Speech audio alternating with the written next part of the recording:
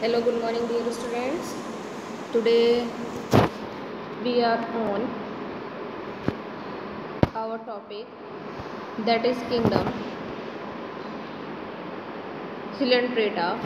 It is also known as Cnidaria. You have earlier studied about the phylum Porifera, about the classification of animals. So I hope phylum Porifera आप लोगों का अच्छे से clear हो गया है. If you are having any queries related to above topics, तो आप मुझसे पूछ सकते हैं. You can clear your doubts. Okay, now we will move on the next topic, and today's topic is phylum Coelenterata, that is Cnidaria. So what the Cnidaria family have, इसमें क्या होता है, Coelenterata को ही Cnidaria भी कहते हैं. ये भी एक तरीके से देखा जाए तो ये जो एनिमल्स हैं दे आर एक्वेटिक, वाटर से रिलेटेड है. अभी तक जितने भी हमने एनिमल्स के बारे में पढ़ा है वो सभी एक्वेटिक ही चल रहे हैं, क्योंकि स्टार्टिंग एक्वेटिक से ही हुई है. मोस्टली मैरीन, या आपको सिंपल पॉन्ड रिवर में देखने को नहीं मिलेंगे. दे आर ओशियनिक एनिमल्स, और ये ओशियन में पाए जाते हैं जहाँ का वाटर सॉल्टी होता है. That's why they are known as marine water animals. They are sessile और फ्री स्विमिंग. इनके अंदर क्वालिटी होती है कि ये एक जगह पर टिकते नहीं हैं और फ्रीली स्विमिंग करके एक जगह से दूसरी जगह पहुंच जाते हैं. अबाउट इट्स सिमेट्री तो हमने पढ़ा था, they are having radial symmetry. Radial symmetry में क्या होता है, एक बार मैं फिर से आपको बता देती हूँ. जब भी किसी भी ऑर्गेनिज्म का डिवाइडेशन होता है तो वो इक्वल पार्ट्स में होता है. मोर देन 2 इक्वल पार्ट्स इनके बनते हैं, और जो इनका अपोजिट पार्ट है वो उसके जस्ट सिमिलर होता है. That one it is same like this, it is just same to this part, this is same to each other. So जो इनकी बॉडी होती है वो रेडियली सिमेट्रिकल होती है. बाइलेटरली सिमेट्रिकल इसलिए नहीं कह सकते क्योंकि इक्वली डिवाइड नहीं होती है. असिमेट्री इसलिए नहीं कह सकते क्योंकि असिमेट्री जो होती है उसमें प्रॉपर तरीके से स्ट्रक्चर फॉर्म नहीं होता. मगर इनमें क्या होता है, इनकी जो बॉडी स्ट्रक्चर होता है, they are having more than parts. तो इसमें जो इनके बॉडी पार्ट्स होते हैं उनको इस तरीके से डिवाइड किया जाता है जिससे कि वो एक दूसरे के अपोजिट साइड्स के जो होते हैं वो इक्वल आ जाते हैं. अच्छा, the name Cnidaria is derived from the cnidoblast and endocytes. इसका जो मतलब होता है, ये जो नाम लिया गया है, व्हाट दैट नेम नाइडेरिया कहाँ से लिया गया है, नाइडोब्लास्ट एंड नाइडोसाइट्स. इसका मतलब होता है which contains the stinging capsule और निमेटोसाइट्स. इनके अंदर क्या होता है, क्वालिटी होती है एक तरीके की मूवमेंट की, जिसकी वजह से ये क्या करते हैं, बहुत सारी वेरियस एक्टिविटीज़ को भी शो करते हैं. अपनी बॉडी को मूव करने की क्वालिटीज़ होती हैं. दैट्स वाई इनको जो है नाइडोब्लास्ट कहा जाता है.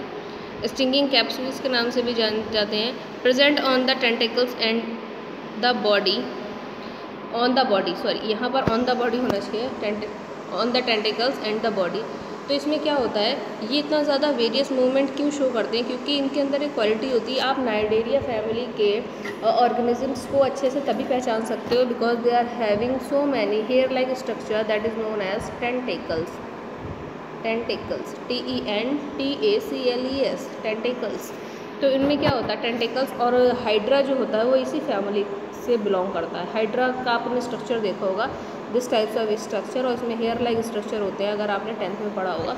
तो ये क्या करता है, इन्हीं टेंटिकल्स के थ्रू अपनी बॉडी का लोकोमोशन, वेरियस शेप्स जो है उसको बनाने में हेल्प करता है. तो इनकी बॉडी पर टेंटिकल्स होते हैं जिसकी वजह से ये जो है जाने जाते हैं. इनकी बॉडी स्ट्रक्चर क्या होता है, हेड होता है, स्टॉक होता है, बेस होता है, टेंटिकल्स होते हैं. इतने पार्ट्स में डिवाइडेड रहता है. Now move to the next. Cnidoblast are used for anchorage, defence and for capture the prey. अच्छा, इनके जो टेंटिकल्स होते हैं इनको मूवमेंट में भी हेल्प करते हैं और also help in capturing the food. Food को कैप्चर करने में इन्हीं के थ्रू ये क्या करते हैं, बहुत सारे फूड को जो है कैप्चर कर लेते हैं, टाइटली पकड़ लेते हैं, अपने एज अ प्रेडेटर वर्क करते हैं। तो ये फूड को कैप्चर करने में भी बहुत हेल्पफुल रहते हैं। थ्रेड लाइक स्ट्रक्चर्स तो होते हैं और काफ़ी स्ट्रॉन्ग रहते हैं, और अपने जितने भी प्रे होते हैं, जितना भी इनका खाना होता है, स्मॉल फिशेस वगैरह, उनको क्या करते हैं, जकड़ लेते हैं और देन दे ईट। अच्छा, इसमें और क्या चीज़ होती है, cnidarians exhibit tissue level of organisation. अच्छा, हमने जो इससे पहले पोरीफेरा पढ़ा था, तो पोरीफेरा में we have study about the porifera are having cellular level of organisation, but the Cnidaria family is having tissue level organization. They are diploblastic because they are having two layers, that is epiderm or endoderm. They have a central gastrovascular cavity with a single opening, that is known as hypostome. इनके अंदर gastrovascular cavity जो digestion में helpful रहती है, that is known as hypostome.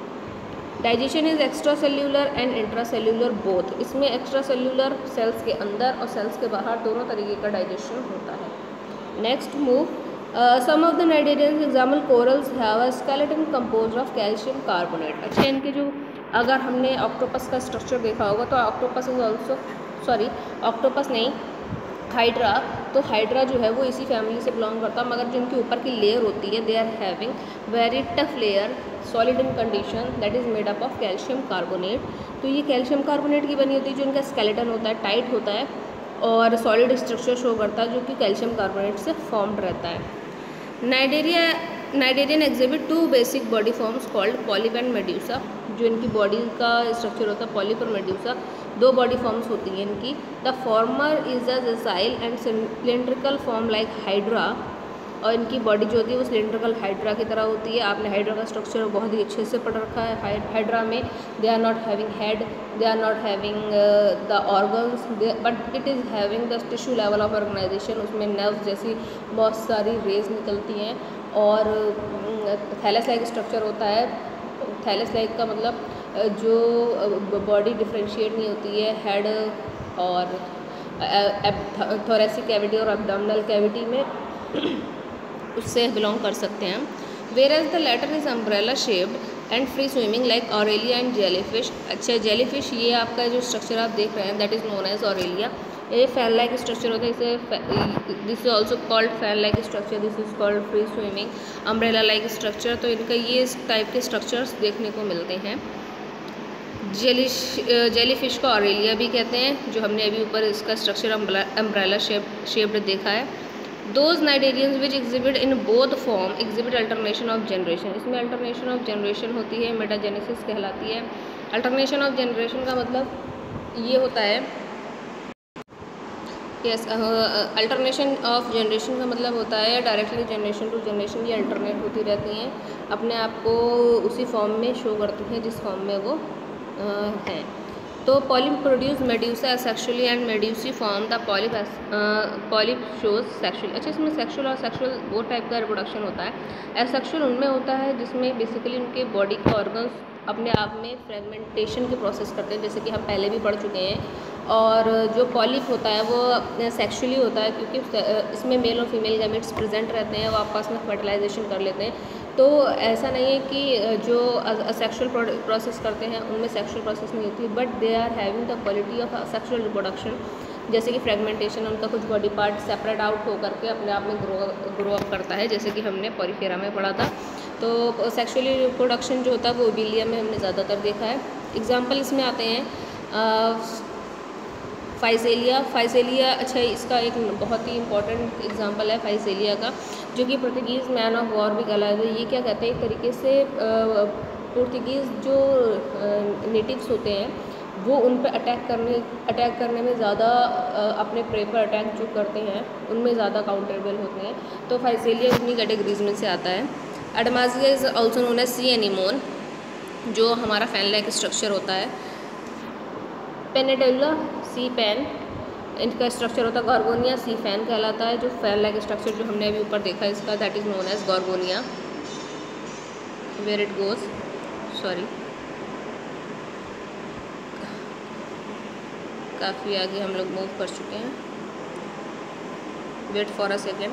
आपने इसमें fan like structure देखा था बहुत सारे टेंटिकल्स जो कैरी किया हुआ था structure, that this is known as the Gorgonia, the sea fan. Fan की तरह स्ट्रक्चर है इसका।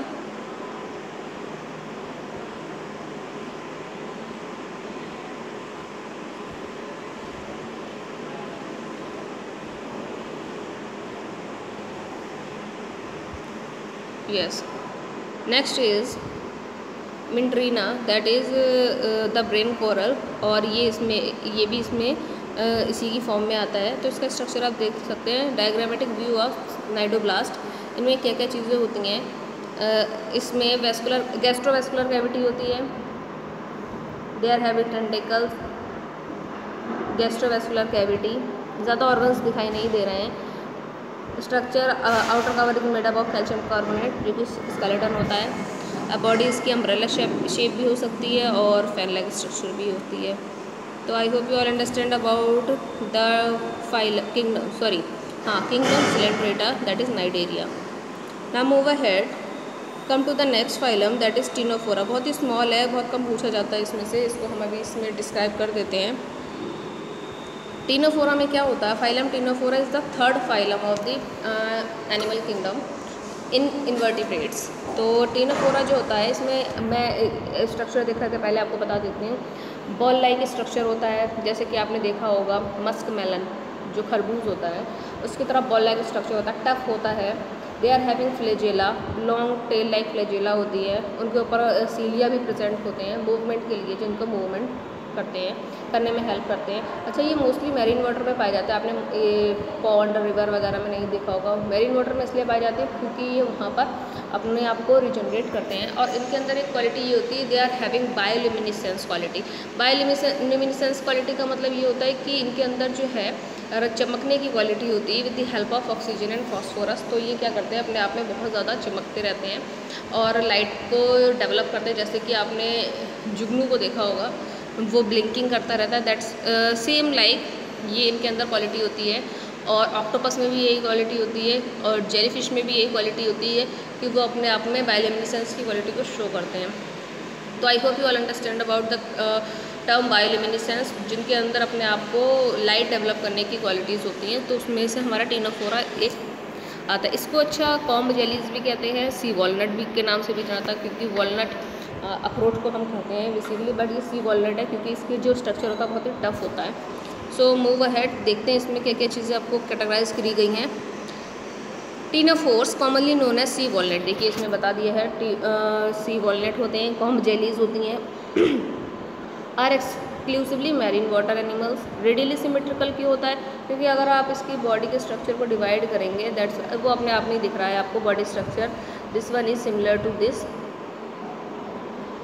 You can see here, I am zooming it. इसका सिमेट्री कर लेते हैं। तो this structure is similar to this one is similar to this one is similar to this one is similar to this. तो यहाँ पर ये क्या हो गया, that is it is having the radially symmetrical body. Diploblastic in nature because they are having 2 layers only of their epidermis and endodermis. Organism with tissue level organisation. अब देखिए Porifera में ही केवल सेल्यूलर लेवल ऑर्गेनाइजेशन था, but बाकी के जो 2 आए उसमें क्या हुआ, टिश्यू लेवल ऑर्गेनाइजेशन। ये अपने आप में स्टेबल थे organisms. The body bears 8 external rows of ciliated comb plates. ये जो आपको प्लेट्स दिख रही हैं ये ग्रीन कलर की, that are known as the comb plates which help in locomotion. ये इनको लोकोमोशन में हेल्प करती हैं। Digestion is both extracellular and intracellular, दोनों तरीके का होता है। बायोल्यूमिनेसेंस क्वालिटी देखिए यहाँ पर यह शो हो रहा है, the property of a living organism to emit light. Light की एमिटिंग के लिए अपने आप में लाइट जो एमिट करते हैं वो बायोल्यूमिनेसेंस की क्वालिटी को शो करते हैं, चाहे वो कोई भी ऑर्गेनिजम्स हों। Is a well marked in ctenophores. Sexes are not separate. अच्छा, सेक्सेस की बात आती है यहाँ पर, सेपरेट नहीं होते, क्यों? Because they are having both male and female sex organs in a single body. Reproduction takes place only by sexual means. Reproduction जो प्लेस लेता है वो किसके लिए थ्रू लेता है? सेक्शुअल मीन्स जो इसमें मेल और फीमेल ऑर्गन्स के थ्रू जो गैमेट्स फॉर्म होते हैं वो आपस में ही कॉन्जुगेट करके फर्टिलाइजेशन के प्रोसेस को हेल्ड करते हैं। और जब वो उस प्रोसेस को कम्प्लीटली कर लेते हैं तो then it go for sexual reproduction. और फर्टिलाइजेशन कैसा होता है? एक्सटर्नल होता है, out of the female body होता है। Out of the female body with direct indirect development, तो आउट ऑफ द बॉडी को रिलीज आउट होकर के बाहर डेवलपमेंट करते हैं आउट ऑफ द बॉडी, जो बॉडी होती है उनकी।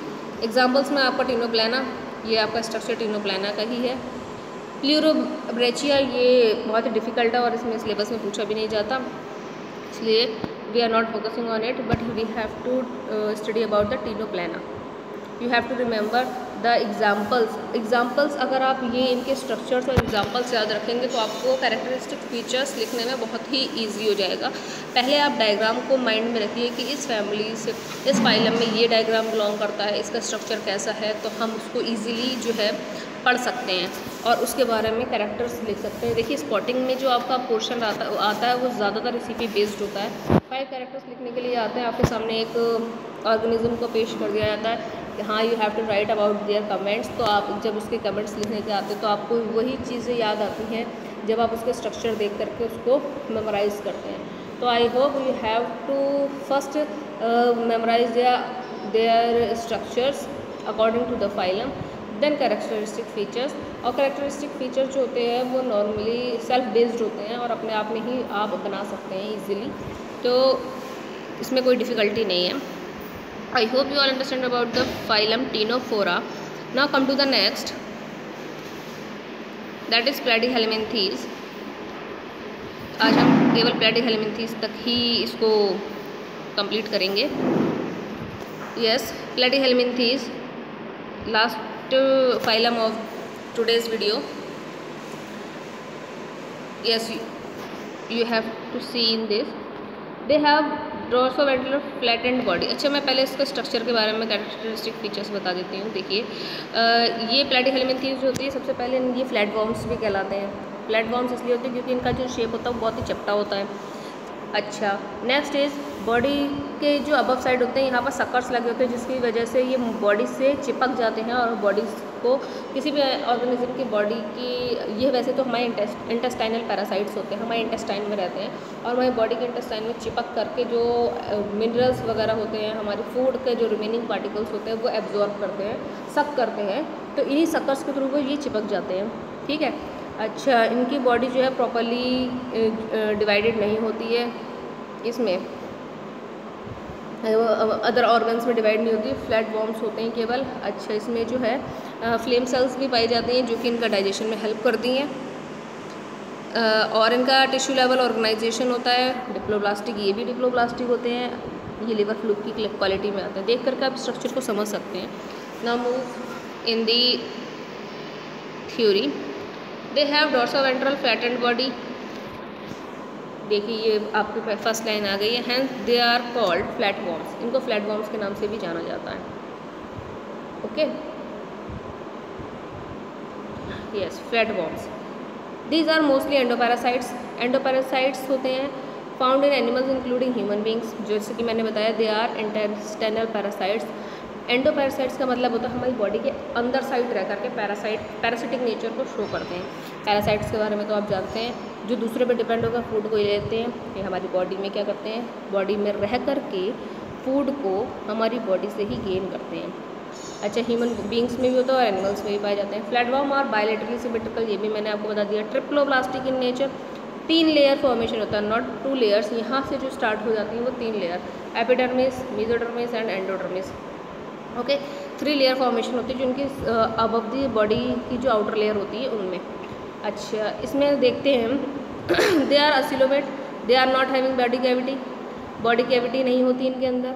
With organ level of organisation, इनमें लेवल ऑफ ऑर्गेनाइजेशन कैसा होता है, ऑर्गन लेवल, इसमें ऑर्गन्स फॉर्मेशन स्टार्ट हो जाता है।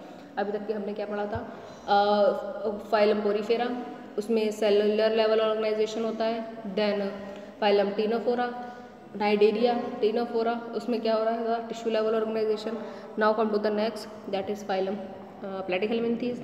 यहाँ पर ऑर्गन लेवल ऑफ ऑर्गेनाइजेशन होता है, यहाँ पर ऑर्गन्स फॉर्म होने लगते हैं। हुक एंड सक्कर्स के बारे में मैंने आपको बताया, उनके हुक और सक्कर्स जो होते हैं वो पैरासिटिक फॉर्म में रहते हैं to absorb the nutrition from the host directly body of the body surface. Body की सरफेस पे चिपक करके फूड को लेने की क्वालिटी होती है। स्पेशलाइज्ड सेल्स होती हैं called flame cells. Flame cells जो होती हैं इनको डाइजेशन में हेल्प करती हैं। उसमें रेगुलेशन में हेल्प करती हैं, एक्सक्रीशन में हेल्प करती हैं। अच्छा, इसमें क्वालिटी क्या होती है, सेक्सेस कैसे होते हैं, sexes are not separate, sexes separate नहीं होते, मेल और फीमेल अभी तक इसी में ही है। इससे पहले वाले भी ऑर्गेनाइजेशन में पढ़ा, अभी तक की मेल और फीमेल बॉडी किसी में भी सेपरेट अप नहीं हुई है। Fertilisation is internal development, internal होता है, बॉडी के अंदर होता है, इंटरनल डेवलपमेंट भी होता है। इस through many larval stage, larva stage के थ्रू जो है इसका डायरेक्ट डेवलपमेंट रहता है। सब members like planaria possess high regeneration capacity, इनके अंदर रीजनरेट करने की पावर होती है। अगर इनके ऑर्गन्स ब्रेक डाउन हो जाते हैं, डैमेज हो जाते हैं या टूट जाते हैं, गिर जाते हैं, तो वो सेपरेट होने से बॉडी के क्या होते हैं, उनके अंदर रीजनरेशन की क्वालिटी होती है कि वो अपनी बॉडी को प्रॉपर तरीके से उसी फॉर्म में बना सकें जैसे कि वो पहले थे। ओके, तो ये रीजनरेशन की प्रोसेस आप लोग सेक्सुअल रिप्रोडक्शन में बहुत ही अच्छे से पढ़ चुके हैं क्लास 10th में, जो कि मैंने ही आपको समझाया था कि रीजनरेशन की। मुझे नहीं लगता इसमें कोई आपको डाउट होगा। इसके एग्जांपल्स देख लेते हैं। The examples are Taenia solium, Taenia solium flat worm का एक बहुत ही अच्छा एग्जांपल है जो हमारे इंटेस्टाइन में रहता है, टेप वॉर्म के नाम से भी जाना जाता है this one. And Fasciola hepatica that is liver fluke, जो कि ये है, ये ऑर्गेनिज्म एनिमल्स के इंटेस्टाइन में एज अ एंडोपैरासाइट रहता है, हमारी बॉडी में भी पाया जाता है। तो इसके बॉडी स्ट्रक्चर को आप देख करके इजीली समझ सकते हैं कि हाँ किस तरीके की ये बॉडी क्वालिटीज इसके अंदर है। Examples of Platyhelminthes that is tape worm and liver fluke. तो I hope you all understand about these phylums, और मुझे नहीं लगता इसमें कोई दिक्कत आई होगी आपको। फिर से एक बार इसको वीडियो को देखें दोबारा से। तो हमने सबसे पहले फाइलम पोरीफेरा के बारे में पढ़ा। आफ्टर इट पोरीफेरा के बाद हमारा फाइलम था that is Coelenterata, that is also known as Cnidaria. कभी कभी नाइडेरिया सेलेंट्रेटा दे देते हैं, तो you do not have to confuse. Now Ctenophora, ये हमारे थर्ड है। Platyhelminthes is our fourth topic of not topic that is phylum, और हमारे एनिमल किंगडम का फोर्थ फाइलम कंप्लीट हो चुका है। इसके बाद जो हम पढ़ेंगे वो हम पढ़ेंगे फाइलम एस्केलेंथीज के बारे में in the next video. You have to first prepare their notes of this chapter. तो आपको इसमें करना क्या है, जो जो चीज़ें मैंने पॉइंट वाइज लिखवाई हैं, जो आपकी डार्कनिंग पॉइंट्स दिख रहे हैं, उनके बेस पर आपको उनकी डेफिनेशंस फॉर्म करनी है। जब आप क्लासिफिकेशन ऑफ एनिमल स्टार्ट करें तो हर एक फाइलम के 5-5, 6-6 कैरेक्टरिस्टिक फीचर्स लिखें। 5-5, 6-6 कैरेक्टरिस्टिक फीचर्स लिखेंगे तो ये आप में खुद याद रहेंगे, और उन्हीं के सामने उनके डायग्राम्स फॉर्म कर दीजिए। 5-6 कैरेक्टरिस्टिक फीचर्स का मतलब ये है कि ये किस हैबिटेट से बिलोंग करते हैं, दे आर एक्वेटिक और मैरीन वाटर एनिमल। ठीक है, पहला हो गया पॉइंट। दूसरा पॉइंट क्या होगा, इसको बॉडी स्ट्रक्चर के बारे में बताइए, they are bilaterally symmetrical triploblastic, जो भी क्वालिटी रखते हैं। तीसरा आ जाता है इसके इनके बॉडी पार्ट्स के बारे में। चौथा आ जाता है कि इनके सेक्सेस कैसे हैं, सेपरेट और नॉट। ठीक है, पाँचवा पॉइंट क्या आ जाता है कि इनमें रिप्रोडक्शन कैसा होता है, इंटरनल होता है, एक्सटर्नल होता है, डायरेक्ट होता है, इनडायरेक्ट होता है। तो ये 5 पॉइंट हो गए। इनके एग्जांपल्स लास्ट में। तो आपको इस तरीके से जो मैं चीज़ें पढ़ाती जा रही हूँ, उनके 5-5, 6-6 पॉइंट्स हर एक फाइलम के अरेंज करते हुए चलेंगे, तो बहुत ही ईजी हो जाएगा आपके लिए, और नोट्स फॉर्मिंग की क्वालिटीज़ भी आपके अंदर डेवलप होंगी। तो कोशिश यही करिए कि चैप्टर 4 के नोट्स जितनी भी मैंने चीज़ें बता दी हैं, हर एक हेडिंग के अकॉर्डिंग आपको उनकी डेफिनेशन, पहले जो टर्म्स बताएं उनकी डेफिनेशंस लिख लीजिए, बाद के जो टर्म्स बताएं क्लासिफिकेशन में उनके 5-5, 6-6 कमेंट्स लिख के with the example with diagram आप उसमें लेबलिंग कर दीजिए। आज के लिए इतना ही, और if you are having any queries related to making notes, अभी तक केवल हम लोग जो हैं प्लाटी हेलमिंथीज तक ही पढ़ पाए हैं, और जब आप लोग आएंगे अपनी काउंसलिंग में कॉपी करेक्शन के टाइम, तब ये अपना वर्क मुझे शो करें इसमें, और बेटर ये होगा कि आप लोग अच्छे से प्रिपेयर इस चैप्टर 4 के नोट्स करें। फर्स्ट और सेकंड मैंने आपको कंप्लीट करा ही दिया था। The fourth chapter is that is animal kingdom, और थर्ड चैप्टर को भी हम उसको कंटिन्यू करेंगे। जो टॉपिक हटा दिए हैं उनको मतलब सेपरेट करने के बाद हम उसको कम्प्लीटली पढ़ेंगे। प्लांट किंगडम को पहले हम इसको कंप्लीट कर लेते हैं। अच्छा, बात ये थी कि जो ये आप लोग इसमें कंप्लीट कर लें चैप्टर को अकॉर्डिंग टू देयर फाइलम्स को अरेंज करने के बाद, इसमें मुझे नहीं लगता किसी भी तरीके की कोई डिफ़िकल्टी होगी। तो मैं ये नोट्स प्रॉपर्ली चेक करूँगी, और कोशिश यही करें ज़्यादा से ज़्यादा वीडियोस देखें ताकि आप लोगों का कंसेप्ट क्लियर हो सके। ये आप समझ सकते हैं ड्यूरिंग लॉकडाउन का सेशन चल रहा है और बहुत सारा डिफ़िकल्टीज़ हो रही हैं, समझ सकती हूँ, बट ये है कि आप लोग इन वीडियोज़ के थ्रू प्रॉपरली शायद मैं क्लास में भी उनके कैरेक्टरिस्टिक फीचर ही बता दी, मगर इसमें मैं बुक पर फोकस इसलिए कर रही हूँ क्योंकि you are all are having books और आप लोग अच्छे से इस चीज़ को समझ सकते हैं।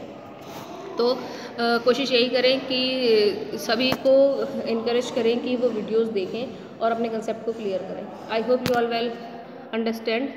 Okay, thank you so much. We will meet in the next video.